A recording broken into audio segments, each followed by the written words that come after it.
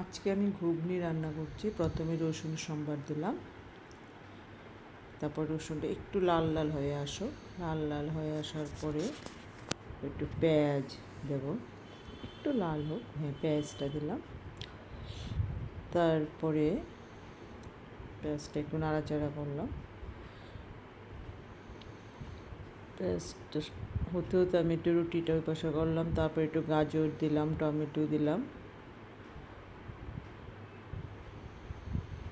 গাজর টমেটোটা একটু হয়ে এলো, ক্যাপসিকাম দিলাম, একটু নুন দিলাম। কিছু মনে করবেন না, আমি হাতেই দিচ্ছি। অ্যাকচুয়ালি আমরা বাঙালি তো, মধ্যবিত্ত পরিবার, হাউস ওয়াইফ, এই চামচের থেকে হাতটাই বেশি ইউজ করি। একটু হলুদ দিলাম, কিছু মনে করবেন না হাত দিয়ে দেওয়াতে। আস্তে আস্তে অভ্যাস হয়ে যাবে, চামচ দিয়েই দেবো আস্তে আস্তে। এরপরে একটু জিরা ধনিয়া পেস্ট করে রেখেছিলাম। আমি মশলাটা একটু বেশি দিই, তেল কম দিই। অ্যাকচুয়ালি মশলাটা আমি ঘরে পেস্ট করি, বাইরের মশলা আমি খাই না।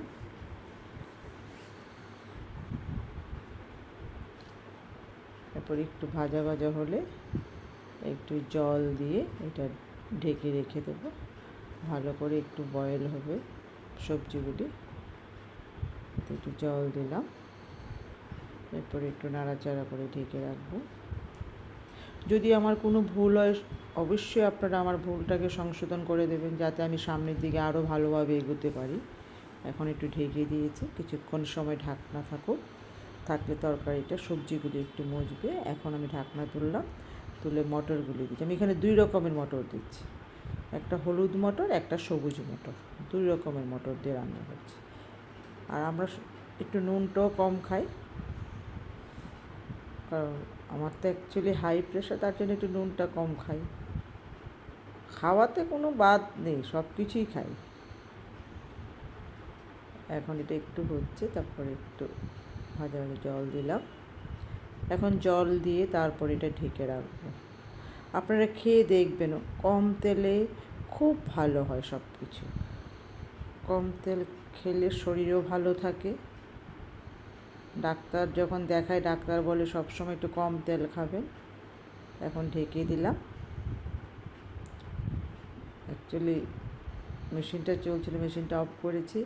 অ্যাকচুয়ালি আজকে ঘুগনির সঙ্গে একটু কচুরি করব, কম তেলেই কচুরিটা করব। ওই সবুজ মটরের মধ্যে একটু পেঁয়াজ, কাঁচা লঙ্কা, ধনেপাতা, একটু মিট মশলা দিয়ে সুন্দর করে এটা মেখে নিচ্ছি। বাঙালি তো, তাই একটু ভালো করে চটকিয়ে নিই। মধ্যবিত্ত পরিবার, চটকিয়ে আমাদের অভ্যাস হাত দিয়েই চটকানো, তাই আপনাদেরকেও দেখাচ্ছি। ভালো করে চটকিয়ে নিচ্ছি।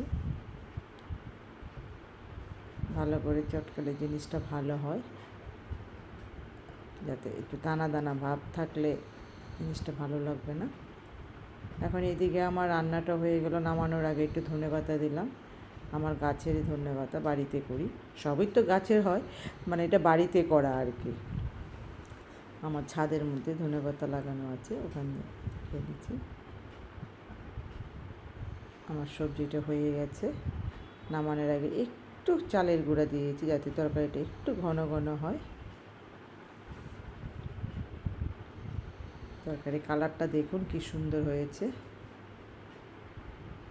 এখন কচুরিগুলি করব। আমি হাতের মধ্যেই কচুরিগুলি ছোটো ছোটো করে এরকমভাবে করছি, দেখে নিন।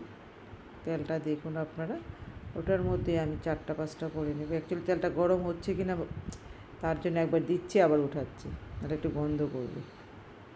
তারপর এটার মধ্যে আমি একসঙ্গে 3টা দেব। দেখতে পেয়েছেন 3টা দিয়েছি, আর বাকিগুলি করছি।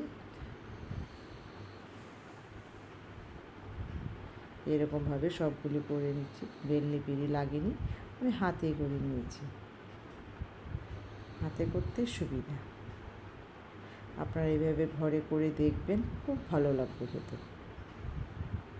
আমি অ্যাকচুয়ালি আটা দিয়ে করি। আটাটার মধ্যে একটু নুন দিয়েছি, দিয়ে ভালো করে ময়াম দিয়েছি। আমি তেল দিইনি আটাটা, যদিও আজকে আপনাদের দেখাইনি আটাটা কীভাবে মেখেছি, আরেকদিন আমি দেখাবো ময়ামটা। দেখবেন আমি তেল না দিয়ে ওটা এরকমভাবে করেছি। আপনারা খেয়ে বলবেন। আপনারা একদিন ঘরে বানাবেন, বানিয়ে দেখবেন। দেখুন পাশে আমি চাও বসিয়েছি। চাটা অ্যাকচুয়ালি আমার জন্য নয়, আমার বাড়ির স্টাফ আছে, ওদের জন্য চাটা বসিয়েছি। ওরা চা খাবে, সকালবেলা আসে তো, তার জন্য একটু চাটা দিতে হয়। একা তো সব কাজ সামাল দেওয়া যায় না, তাই স্টাফদের জন্য একটু চা করেছি। এই দেখুন খাবার আমার রেডি। সকালের ব্রেকফাস্ট, রুটি, কচুরি, পাশে ঘুগনি, পাশে মিক্সড স্যালাড,